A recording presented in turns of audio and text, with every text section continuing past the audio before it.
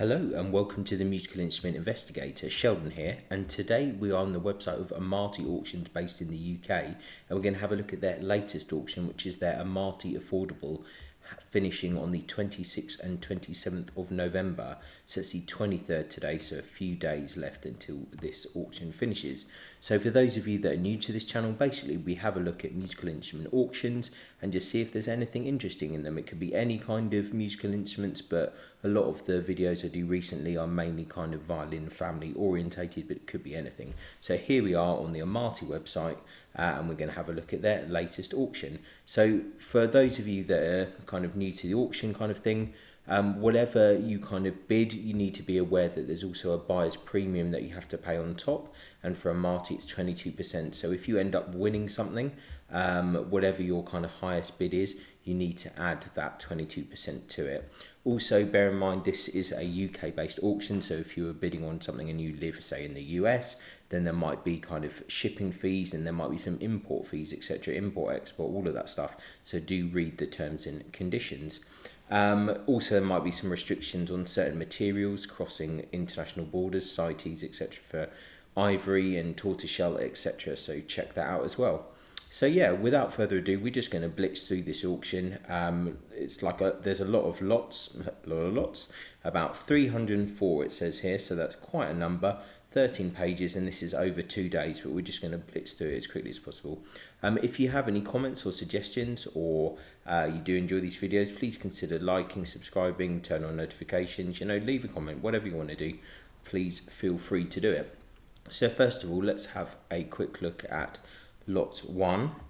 Got a cello labelled Matthias Neuner. So I think people that are in the know about kind of instruments will know that there was a kind of at some point a firm Neuner and Hornsteiner that kind of appeared at some point, kind of churning out instruments. So, and also Matthias Neuner as well, operating in Mittenwald. Can't really comment to say if this is correct or not, but I see no reason why it wouldn't be. So here's a kind of a German cello, but it says kind of 1804 here. Not 100% sure about the dating of some of these things, but in any case it's likely to be a 19th century instrument. You can also, on Amati, which is I think unique, is you can kind of do a bit of a spin and see what's going on, and then obviously you've got the front and the scroll side as well. You might potentially hear a bit of noise, I'm afraid. I'm just going to move the microphone slightly. There is some kind of background noise going on around at the moment, unfortunately. You can also have a look at this condition report as well and see where you've got closed cracks, new wood, open cracks, kind of traces of worm, all of that kind of stuff. So unusual nowadays to have condition reports kind of public facing. Most of the big auction houses for specialist auctions have this behind like a kind of request wall, and then a lot of the smaller auction houses or kind of the general auction houses just don't have it at all. So you have here some general information there as well, stops and sizes, etc., etc. So there you go, you get 700 bid on that so far. Fairly kind of interesting there as it goes. We're not going to look at everything, as we said. So there's a massive soundpost crack there on the back of that cello, which looks like a fairly kind of uninspiring cello, and you can see it's an open crack. It's a bass side F hole is sunken, so there's something going on there which could be problematic.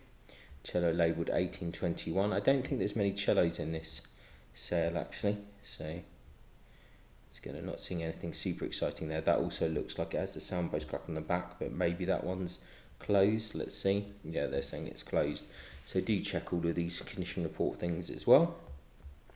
Got some fractional instruments there for children, so we're not going to look at that too much.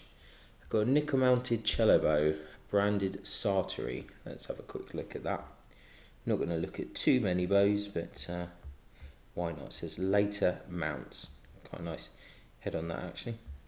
Once again you can see where there's been some new wood and stuff, so a few issues there with that bow.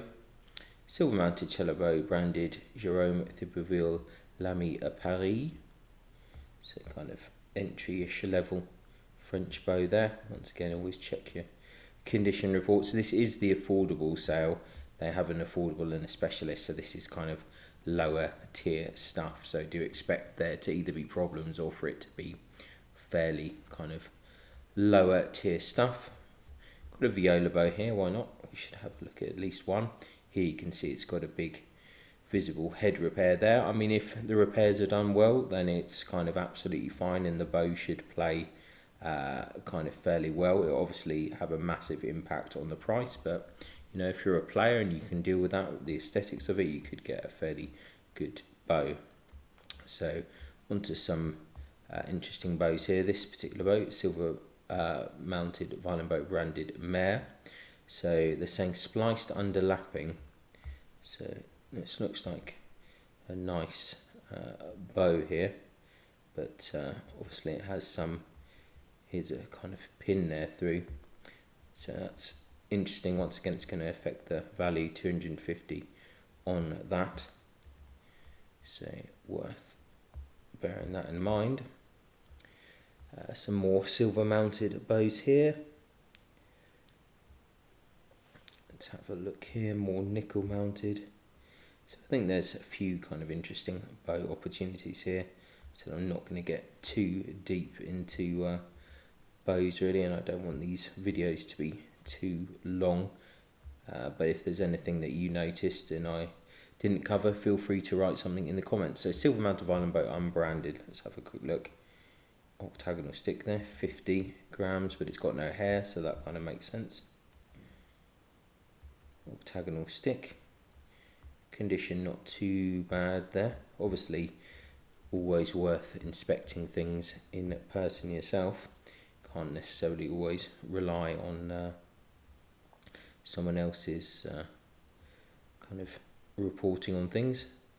Rock bow there. We've got some bow bundles I'm also not going to have a look at there. So you've got viola here. So Chinese viola there, I'm pretty sure. Marzabin Workshop. Let's have a look at the back there. 455, that's very large. So kind of getting into kind of tenor viola territory there.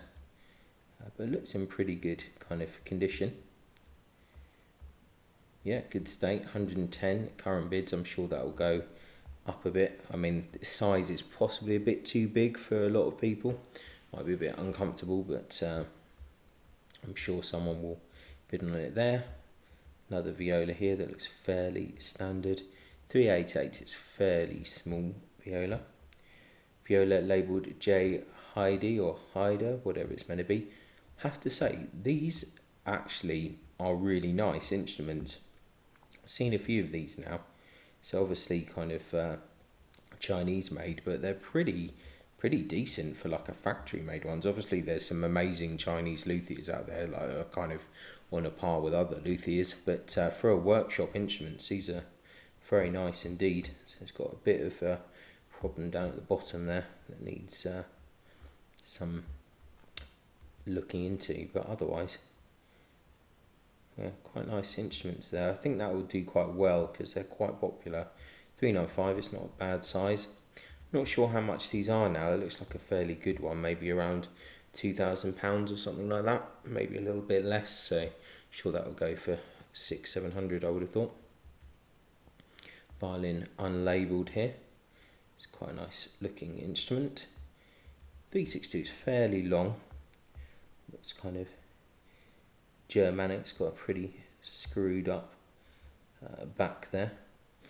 Wow, that is that is an interesting patchwork of an instrument. That one is, yeah, that is very curious indeed. I always think these kind of instruments, like, they're not really worth giving like a full-on restoration, but maybe that'd be okay as like a Baroque conversion or something.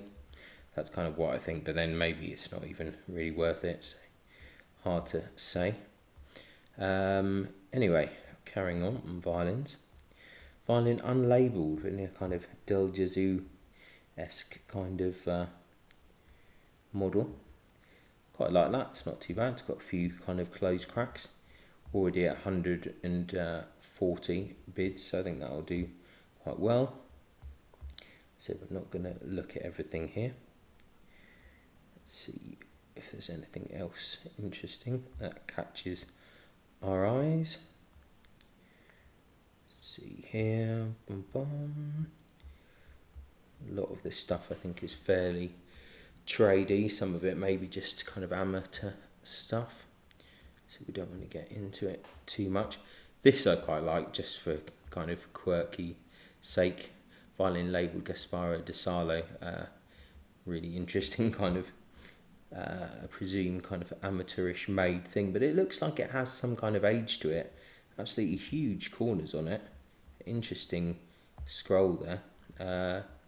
Yeah, some bad woodworm there and some impact there, some previous repairs. Like a curious looking thing. It will probably go for some amount of money just because people like kind of bizarre stuff, me included, but yeah, just a bit of an oddity there. A few other things here. Violin labelled John McNeil or M. Neil. I'm not sure exactly how to pronounce that. 1895. Quite nice back on that actually. Not bad. So saying Edinburgh 1895, probably believable. So 19th century Scottish violin there. Quite a lot of Scottish violins floating about. Violin labelled Emmanuel Whitmarsh. Okay. Let's have a look at that. Kind of curious. Violin labelled illegibly. Curious looking thing. Very dark varnish. I always wonder with these kind of really dark varnishes if that's kind of like a Viennese kind of thing or a kind of Austrian thing, that I think they were creating some dark varnishes or some varnishes which really darkened over time, but I've kind of lost track a bit of that. That looks like a kind of trade violin there. Oh, we're kind of losing our spot here. Let's see if there's anything else catching the eye. Slightly curious outline on this. Violin unlabelled. Let's see. Almost reminds me of some of those kind of Thomas Perry violins or Perry and Wilkinson coming out of Dublin. Those kind of things, slightly curious outline. Yeah, interesting looking thing. Some more kind of child size violins here, half size violin. Actually doesn't look too bad for a half size. Hawks and Son Magini violin. So once again actually doesn't look too bad. A few bits of repair here and there. This is fairly interesting. I think I looked at this before. There's obviously some varnish issues here, but nice choice of wood there for the back, and really quite nice scroll actually. So that's an interesting one. I'd probably want to look at a bit more closely. Let's see what else we've got here. So we've got quite a lot of stuff to go to, so we're just having a brief little look, obviously in your own time. Check out the catalogue, see what you think.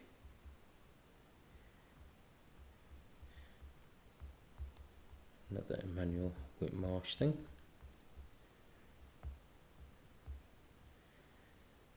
Okay, some smaller size violins here. Got some books. I don't think we're going to look into books too much unless something really interesting appears.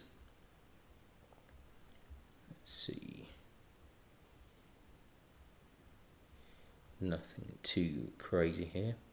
Some cases and stuff here. Once again, nothing too mad. Some bow tubes. Right, back onto cellos again. Cello labelled JTL Geronimo Barnabetti, so kind of French trade cello there. Looks in actually pretty good condition, all he says, but it's got just hiding massive repairs on the back there. Oh yeah, of course, when you zoom in you can see big crack there and big crack there, so it'll still do quite well. I think otherwise it's in fairly nice condition, but it'll obviously affect their value a bit. The cello unlabelled.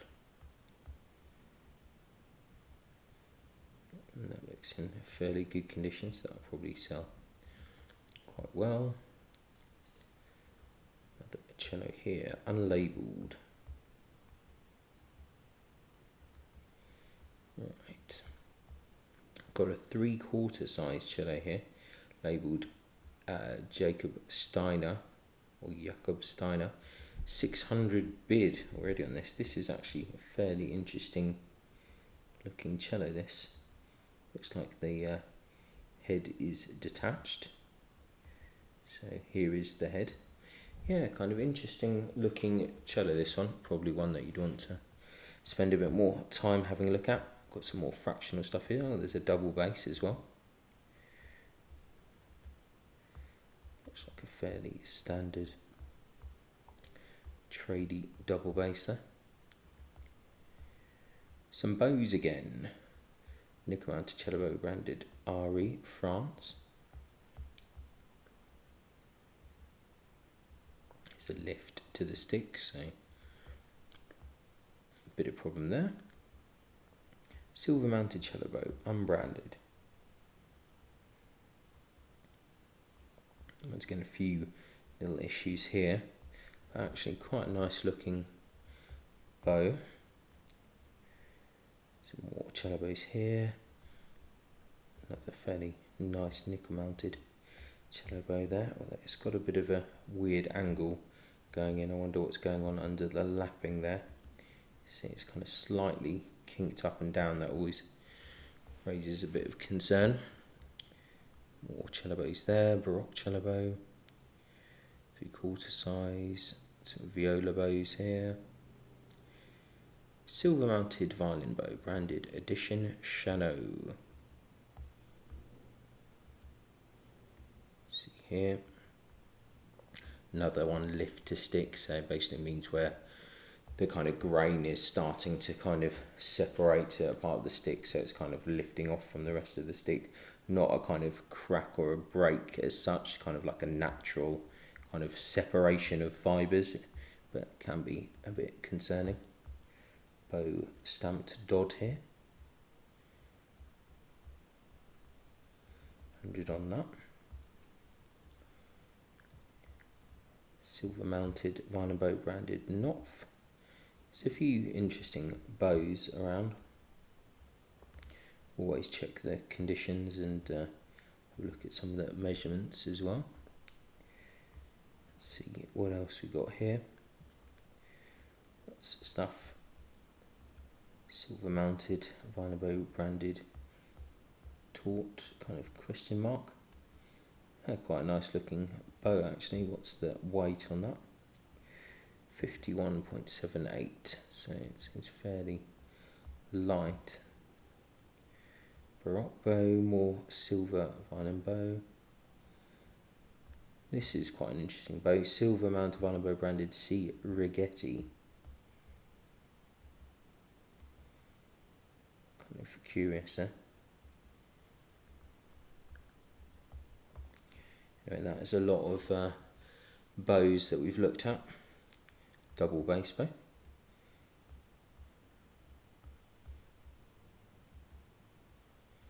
think double bass bows usually do pretty well. Some more bow bundles here. We'll kind of skip past those.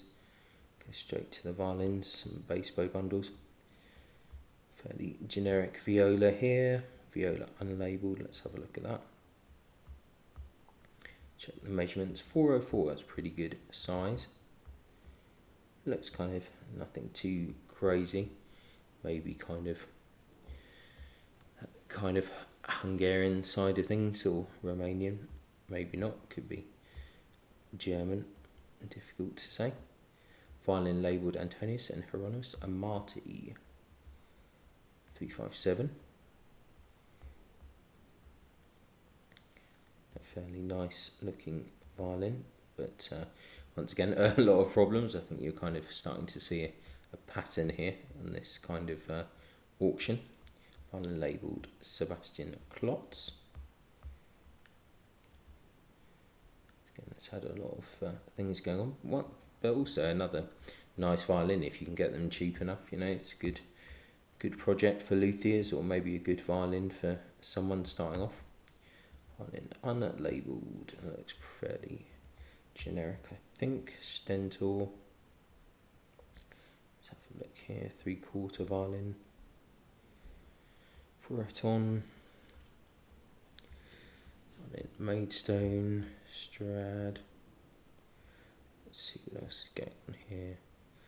Child size violin labelled Vitesse Neuner. So we had another one here. These are actually really nice. This one looks a bit kind of mashed up, but the F-hole placement and everything on these kind of Neuner or Neuner and Hornsteiner violins actually look quite nice. Let's see, there's a lot of stuff here. Endless. Violin labelled Antonius Stradivarius. Kind of curious looking scroll there. It's a bit of a bizarre one. What's the back length there? 355. That's really good. Let's have a look. What else we have here? Violin unlabelled.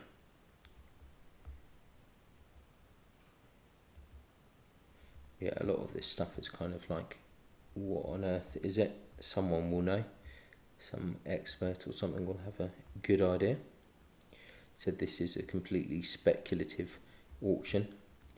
Violin unlabelled. Quite a nice back on that actually. Button is obviously completely screwed and looks like it might have a, oh no, it doesn't have a soundpost crack, but that scroll is absolutely mashed up and it's like nailed in place. Interesting, yeah. Well, that's definitely a project for someone, so if you like a project, then that could be a good one. Let's see what else we got here. Violin labelled Harvey and Dealey. Interesting wood choice on that violin. Violin label Walter McCarthy. It's kind of interesting. Reminds me of those Rishome kind of cellos. A bizarre model there. Let's see what else we've got here. Violin unlabelled. It's quite a broad looking instrument, that. This kind of looks viola like. 364 though, just very big violin. A few things like this are kind of halfway curious.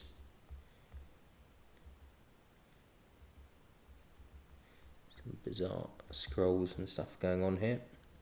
So I think there's definitely a few things worth kind of looking at for sure. You just have to wade through everything. Some more kind of smaller violins here. Some books, Luteria Italiana by Eric Blott. That's always going to do quite well, that book. A few other funny bits here and there. I think we'll just have a few more books and cases, and that's pretty much it. Yeah, so there you go. That has been the Amati sale that's finishing on the 26th and 27th of November.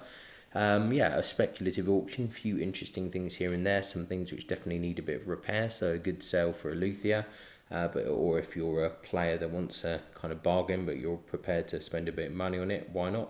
So yeah, an interesting auction, definitely check it out. I'll put a link in the description as always, and as I said, any comments or questions or anything, feel free to leave them and I will answer them as best as I can. So once again, thanks a lot for watching, really appreciate it, and I'll catch you next time. Bye.